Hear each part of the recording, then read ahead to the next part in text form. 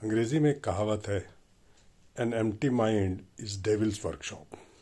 खाली दिमाग शैतान का कारखाना होता है, घर ही नहीं होता। उसमें शैतान जो है निरंतर कुछ न कुछ उठापटक करता रहता है। तो हमारे लिए क्या ज़रूरी है? ज़रूरी यह है कि हम अपने दिमाग को खाली न रहने दें, कुछ न कुछ करते रहें। और हमारे देश की 60% से अधिक आबादी युवाओं की है। तो इन युवाओं के पास अगर काम नहीं होगा, कोई सकारात्मक गतिविधि नहीं होगी, कोई एंगेजमेंट नहीं होगा, तो खाली बैठे वो क्या करेंगे?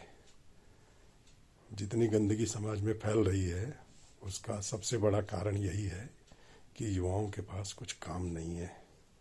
निठल्लागिरी बहुत ज़्यादा है, इसलिए कोई रीलें बना रहा है, कोई कुछ कर रहा है, अपराध में संलिप्त हैं। अभी 4 दिन पहले हमारे एक सहकर्मी के सुपुत्र जो बेंगलोर के पास किसी विद्यालय में पढ़ते थे, 6 साथी जो कि 11वीं कक्षा के छात्र थे, वे एक XUV 700 लेकर निकले। 6 जने 17 वर्ष या उससे कम आयु के थे और सवेरे 4 बजे उन्होंने 4:30 बजे कोई योजना बनाई और महामार्ग पर 160 किलोमीटर प्रति घंटा की रफ्तार से गाड़ी दौड़ा रहे थे। भयंकर दुर्घटना हुई, गाड़ी चकनाचूर हो गई और ये 6 जने अपनी जान गंवा बैठे। साथ ही एक मोटरसाइकिल वाले को भी टक्कर मार दी। 26 वर्ष का वो युवक भी अपनी जान से हाथ धो बैठा। 4:30 बजे सवेरे ब्रह्म मुहूर्त में बच्चों को पढ़ना चाहिए या XUV लेके निकल जाना चाहिए कहीं तफरी करने के लिए? चूँकि हमारा मानव संसाधन मंत्रालय इन छात्रों के लिए कुछ ठोस कार्य योजना नहीं बना पाया है। हमारे स्कूल दिन में 5 घंटा और साल में मुश्किल से 200 दिन चलते हैं, तो छात्रों के पास करने के लिए कुछ विशेष बचा नहीं। आज 45% अंक लाकर भी 12वीं कक्षा में छात्र को बीटेक में एडमिशन मिल जाता है। क्योंकि शिक्षा की दुकानें बहुत खुल गई हैं, सबको छात्र चाहिए। छात्र पैसा देने वाले ही कामधेनु हैं, तो छात्रों को भर्ती करेंगे। अभी MD में यही हुआ, MD के प्रवेश में भी यही हुआ। क्योंकि छात्रों से खूब फीस वसूली जाती है, तो बहुत कम अंकों पर भी उन्होंने प्रवेश दिया है। शिक्षा धन अर्जन का बहुत बड़ा व्यवसाय हो गया है। उसमें कोई गुणवत्ता नहीं है, कोई जवाबदेही भी नहीं है। आपके छात्र फेल हो जाएं तो हो जाएं, आपसे कोई पूछने भी नहीं आता। ये वो कारखाने हैं जहां चाहे कोई भी उत्पादकता ना हो, लेकिन धनार्जन पक्का है, जवाबदेही कुछ नहीं है, बैलेंस शीट नहीं बना के देनी है। तो ऐसे कारखाने हैं धन पैदा करने के, और इनमें छात्रों के प्रति कोई भी शिक्षक लगाव नहीं मानता। कोई भी प्राचार्य, कोई भी संस्था अपने छात्रों को अपना नहीं मानती। उनसे केवल पैसा उगाना है उनको।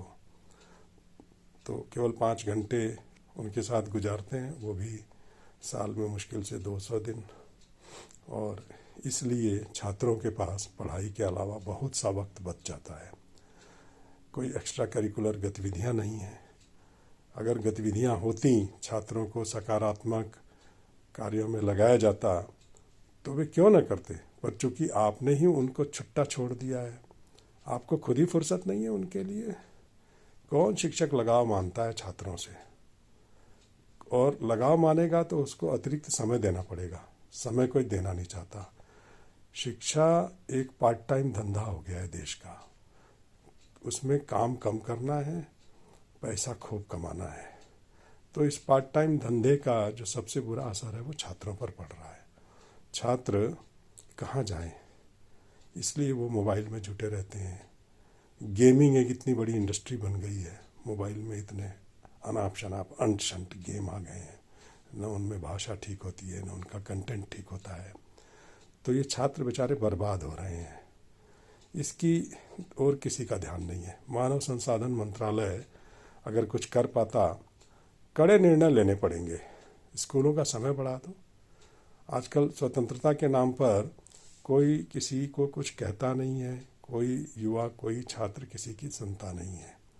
ये लालन पालन का एक नया तौर तरीका विकसित हुआ है जिसने हमारी पीढ़ियों को बर्बाद करना शुरू कर दिया है।